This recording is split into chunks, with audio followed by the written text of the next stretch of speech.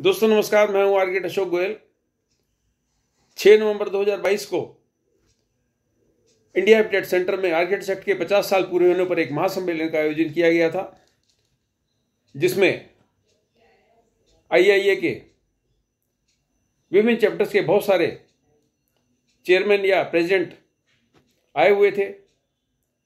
Council of architecture के बहुत सारे भूतपूर्व प्रेसिडेंट आए हुए थे, वाइस प्रेसिडेंट आए हुए थे। काउंसिल ऑफ आर्किटेक्चर के देश भर से सदस्य आए हुए थे। आईआईए के देश भर से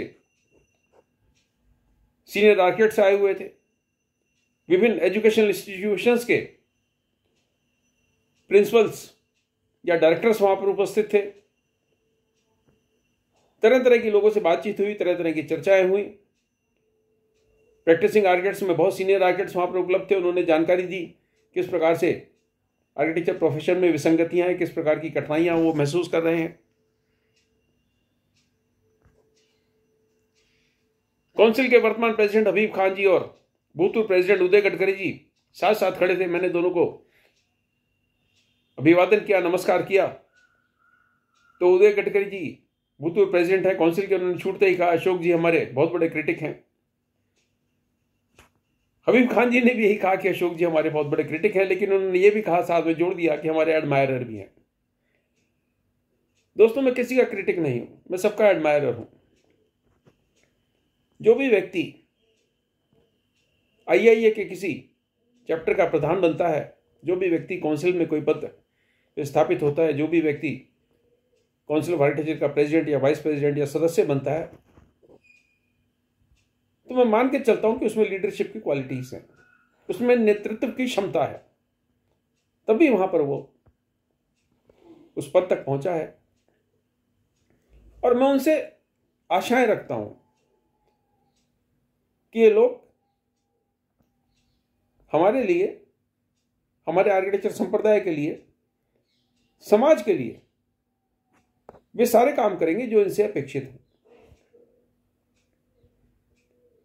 चाहे आर्किटेक्ट एक्ट का पालन कराना हो, चाहे आर्किटेक्ट एक्ट के तहत बने minimum standard of architecture education का पालन कराना हो, चाहे प्रोफेशनल नियम कायदों का पालन कराना हो, इन सब का दारोमदार इनके कंधों पर है। चाहे काउंसिल ऑफ आर्किटेक्चर के पदाधिकारी हो या आईआईए के वरिष्ठ सदस्य हो। आईआईए हरियाणा चैप्टर के पुनीत सेठी जी वहां पर थे। नॉर्दर्न चैप्टर के आशीष गुप्ता जी वहां पर थे। दक्षिण भारत के बहुत सारे आईआईए चैप्टर्स के सीनियर लोग वहां पर थे। आईआईए के भूतपूर्व प्रधान बलबीर वर्मा जी वहां पर थे। काउंसिल के भूतपूर्व प्रेसिडेंट पीआर मेहता जी थे। विजय सोहनी जी थे। विजय गर्ग जी थे। एक बहुत बड़ा जमावड़ा था बहुत सीनियर लोगों के वहां पर। सारे मामलों में, सारे बातचीत में शिरकत करने के लिए सब लोग वहां आए थे। जब भी ये बात आती है कि अशोक जी हमारे बहुत बड़े आलोचक हैं या क्रिटिक हैं, तो ये बात आधी सही है आधी गलत है। आधी सही तो इसलिए है कि मैं मामले उठा रहा हूं, मैं आपके संज्ञान में वो सारी विसंगतियां ला रहा हूं जिस पे मैं आपसे अपेक्षा करता हूं कि आप इसका हल निकालेंगे। अब मैं आपका आलोचक या आपका क्रिटिक इसलिए हूं क्योंकि आप उनका हल निकालने की बजाय उनको पेंडिंग छोड़े जा रहे हो।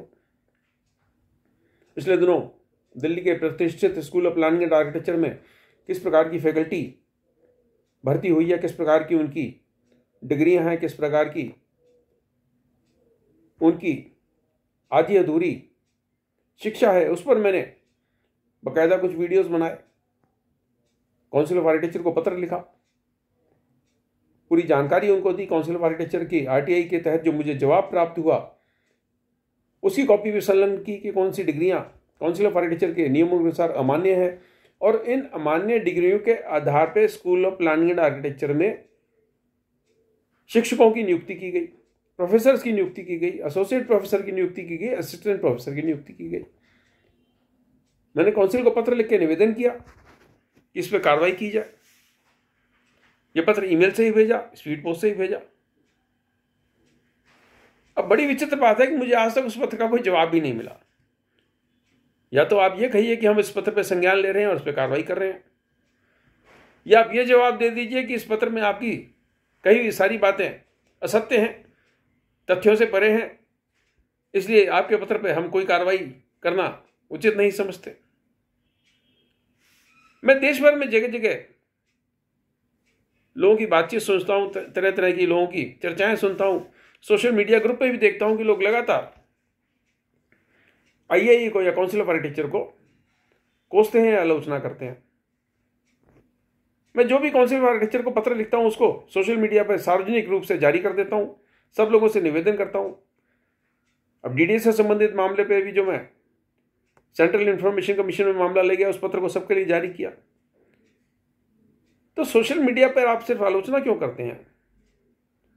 अगर एसपीए में भर्ती घोटाला हुआ है, जिसकी जानकारी मैं सबको दे रहा हूं, तो इस भर्ती घोटाले के खिलाफ हजारों पत्र काउंसिल ऑफ आर्किटेक्चर के पास क्यों नहीं पहुंचते? सीनियर आर्किटेक्ट इस मामले पे चुप्पी क्यों साधे हुए हैं? सिर्फ बैठकर यही चर्चा करना कि फ्यूचर आर्किटेक्ट्स की जो फसल आ रही है बहुत घटिया है, इनका एग्जिट एग्जाम होना चाहिए। हम इस बात पर गौर क्यों नहीं करते कि ये फ्यूचर आर्किटेक्ट्स को निर्माण में जिन लोगों को नियुक्त किया गया है वही लोग घटिया हैं, उनके पास क्वालिफिकेशन ही नहीं है, उनकी डिग्रियां संदिग्ध हैं। हम वहां पर रोक क्यों नहीं लगाते जहां पर हमें रोक लगाने की जरूरत है? हम घटिया उपकरणों से बढ़िया सामग्री का निर्माण कर ही कैसे सकते हैं? पहले आप घटिया उपकरण से बढ़िया सामग्री का निर्माण की आशा लगाएं और फिर कहें क्योंकि ये जो निर्मित सामान है अब हम इसकी जांच करेंगे। अरे जब आपको पता है कि ये लोग जो इस निर्माण में लगे हुए हैं, फ्यूचर आर्किटेक्ट्स के निर्माण में लगे हुए हैं, ये खुद ही अशिक्षित हैं, इनकी डिग्रियां संदिग्ध हैं, आप इस पर रोक क्यों नहीं लगाते? क्योंकि आप कहते हैं रीवा वाले एग्जिट एग्जाम लेते हैं, हम भी लेंगे। अब एक बड़ी सी कमेटी बनाते हैं, भला कमेटी बनाई गई, उसकी ढेरों मीटिंग गई और उसका क्या लब्बल हुआ आप निकला कि हम एग्जिट एग्जाम लेंगे। अरे तुम इस चीज की क्यों नहीं जांच करते कि ये जो आर्किटेक्चर कॉलेज में पढ़ाने वाले लोग हैं फर्जी डिग्री पे पढ़ा कैसे रहे हैं? अब भोपाल के एसपीए वाले ठेके पर आर्किटेक्ट्स को भर्ती कर रहे हैं, क्या करने के लिए? बच्चों को पढ़ाने के लिए। 6 महीने का ठेका। अरे 6 महीने की ठेकेदारी पे आप आर्किटेक्ट्स को नियुक्त कर रहे हो आर्किटेक्चर कॉलेज में पढ़ाने के लिए, फ्यूचर आर्किटेक्ट्स का निर्माण करने के लिए। 6 महीने के बाद उसको ये पता नहीं कि मैं यहाँ रहूंगा कि नहीं रहूंगा, तो उसका क्या भागीदारी रहेगी, उसका क्या औचित्य रहेगा, क्या उससे आप निष्ठा की उम्मीद करोगे? सारे देश के वरिष्ठ आर्किटेक्ट इस पे चुप है, एक शब्द नहीं बोलते। अशोक गोयल को क्रिटिक कह देना बहुत आसान है, अशोक गोयल को निंदक कह देना बहुत आसान है। जिन विसंगतियों के बारे में मैं आपसे निवेदन कर रहा हूं, जिन विसंगतियों के बारे में आपको सूचना दे रहा हूं, उन पे क्यों नहीं कार्रवाई करते? उस पर वरिष्ठ आर्किटेक्ट क्यों चुप है? मैं निराश होने वाला व्यक्ति नहीं हूं, मैं अपना कार्य करता रहूंगा और जिनकी विसंगतियों के बारे में मैं आपको जानकारी देता हूं वो मेरी आलोचना करते रहेंगे, उनकी आलोचना सर माथे पर। अभी मैं यूट्यूब पर आंकड़े देख रहा था, 28 दिन में 32,000 से ज्यादा बार मेरा यूट्यूब पे चैनल देखा गया, यानी रोजाना 1,000 से ज्यादा बार लोग अशोक गोयल की बात यूट्यूब पर सुनते हैं। उन सबका आभार व्यक्त करता हूं और मुझे इस बात की प्रसन्नता है